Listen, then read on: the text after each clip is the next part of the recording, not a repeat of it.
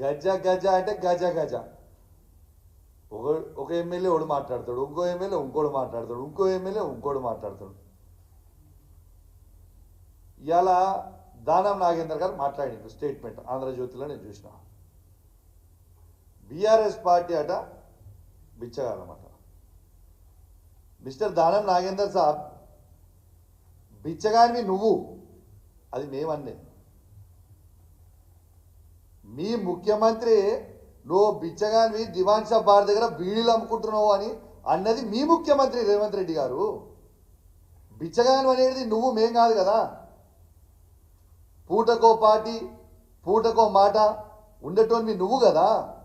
కాంగ్రెస్ పార్టీలో ఉన్నావు, దాని తర్వాత తెలుగుదేశం పార్టీ పోయినావు, దాని తర్వాత మళ్ళీ కాంగ్రెస్ పార్టీకి వచ్చినావు, మళ్ళీ తర్వాత మళ్ళీ బీఆర్ఎస్ పార్టీకి వచ్చినావు, మళ్ళీ కాంగ్రెస్ పార్టీ పోయినావు. You are named as a cheater of Hyderabad. నీకంటే పెద్ద చీటర్ ఈ ప్రపంచంలోనే లేడు. ఫ్రస్ట్రేషన్లో మాట్లాడుతూ ఉన్నావు. మొన్న ఈ పార్టీలో చీట్ చేసి పోయి కాంగ్రెస్ పార్టీ నుంచి సికింద్రాబాద్ పార్లమెంట్గా చేస్తే ప్రజలు నీకు బుద్ధి చెప్పిర్రు. రేపు నువ్వు ఎమ్మెల్యేగా కాదు, మాజీ ఎమ్మెల్యేగా శాశ్వతంగా మిగిలిపోతావు. గ్యారెంటీ నాగేందర్ రాసి పెట్టుకో అని చెప్తా ఉన్నాను. ఇక కడియం శ్రీహరి మాట్లాడిండు. రెండో బెంచ్ ఉన్నదట, మూడో బెంచ్ ఉంటుందట. అరే మీకు సిగ్గులు శరాలు లేవా? నేను అడుగుతున్న పార్టీలు మారిన వాళ్ళకి లేవా మీకు సిగ్గు శరము లజ్జ మానం ఇజ్జత్ లేని వాళ్ళ మీరు మొగోళ్ళే కదా, పెద్ద పిగుడు కాలే కదా మీరంతా.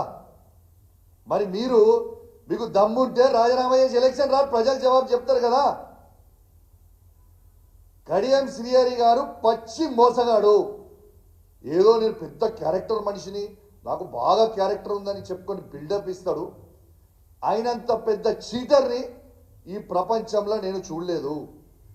ఎందుకంటే పార్లమెంట్ క్యాండిడేట్గా మేము డిక్లేర్ చేసినప్పుడు పొద్దున వస్తాడు కేసీఆర్ గారి దగ్గర బ్యాగులు తీసుకొని పోతారు, సాయంత్రం పోతాడు పోయి కండవ కప్పుకుంటాడు కాంగ్రెస్ పార్టీ. ఇదా నీ character? You are a cheater, you are a characterless fellow. నీకు క్యారెక్టరే లేదు. ఇంకా నువ్వు ఏందో పెద్ద నీతులు మాట్లాడాల్సిన అవసరం ఏం లేదు. నీ స్టేషన్ పూర్ ఎలక్షన్లలో నువ్వు గెలుచుడు దేవుని గెరగా, కానీ డిపాజిట్ తెచ్చుకో. డిపాజిట్ తెచ్చుకో. నువ్వే మొగలు అయితే పో. డిపాజిట్ కూడా రాదు. ఆ పరిస్థితిలో ఉన్నారు ప్రజలందరూ. వేచి చూస్తూ ఉన్నారు. ఈ 10 నియోజకవర్గాలలో ఎలక్షన్లు ఎప్పుడు వస్తాయని వేచి చూస్తూ ఉన్నారు. ఇక నిన్న గాంధీ మాట్లాడతాడు, నేను పార్టీ మారలేదు, నాకు పార్టీ లేదు, నేను ఇంకా టీఆర్ఎస్లోనే ఉన్నా, నేను కాంగ్రెస్ పార్టీలో చేరలే, దేవుడు కండవ కప్పిండు ఇదని చెప్తుండు. ఎందుకే ఆకంత భయము? మళ్ళీ మీరు గెలవరనా? ఎట్లావు గెలవ డిసైడెడ్. మరి నువ్వే కదా గాంధీ గారికి చూపించాలనుకుంటున్నా. ఆయన మాట్లాడిన వీడియో ఒక్కసారి మీ అందరికీ మీ ద్వారా వినిపిస్తా, ఒక్కసారి మీరు చూపించాలని నేను విజ్ఞప్తి చేస్తా ఉన్నా. మా సీనియర్ నాయకులు చాలా మంది మిత్రులందరికీ కూడా నేను ఫోన్ చేయటం, వారి అనుమతి తీసుకొని వారందరి సమక్షంలో వాళ్ళ కలిసి కాంగ్రెస్ పార్టీలో చేరడం జరిగింది.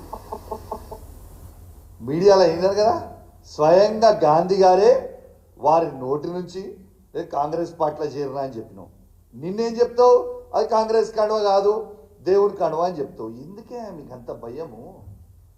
నిజంగా చెప్పాలంటే ఈ గాంధీ గారు ఒరిజినల్ గాంధీ అనుకున్నాం, కానీ నకిలీ గాంధీ వెళ్ళిండు. ఏంటిదే నకిలీ గాంధీ? నువ్వు నకిలీ మాటలు మాట్లాడు, పూటకో మాట. నీకు ఖచ్చితంగా నీకు కూడా షేర్లింగంపల్లిలో డిపాజిట్ పోవడం ఖాయం. నేను ఇలా ఒక గిఫ్ట్ పంపుతా ఉన్నా ఈ 10 మంది మారిన ఎమ్మెల్యేలకి. మంచిగా తెచ్చిన ఓ చీర ఇంకా గాజులు తెచ్చిన. ఇలా ఈ 10 మంది ఎమ్మెల్యేలకి నేను చూపిస్తా ఉన్నా. దానం నాగేందర్ గారు, కడియం శ్రీహరి గారు, గాంధీ గారు, ఇక మారిన 10 ఎమ్మెల్యేలు, వెంకట్రావు గారు, పోచారం శ్రీనివాసరెడ్డి గారు,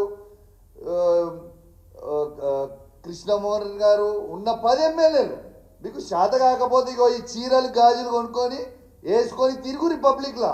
ఇజ్జత్ లేని వాళ్ళు, మీకు ఇజ్జత్ ఉందానే అసలు? మీకు ఇజ్జత్ లేని వాళ్ళు కాబట్టి ఇగో మీ ఇద్దరికి మీరు మొగోలు కాదు కాబట్టి ఇగో చీరలు గాజులు పంపుతా ఉన్నా. ఈ 2 కూడా మీరు వేసుకొని తిరగాలని నేను విజ్ఞప్తి చేస్తా ఉన్నాను. ఇలా ఎందుకు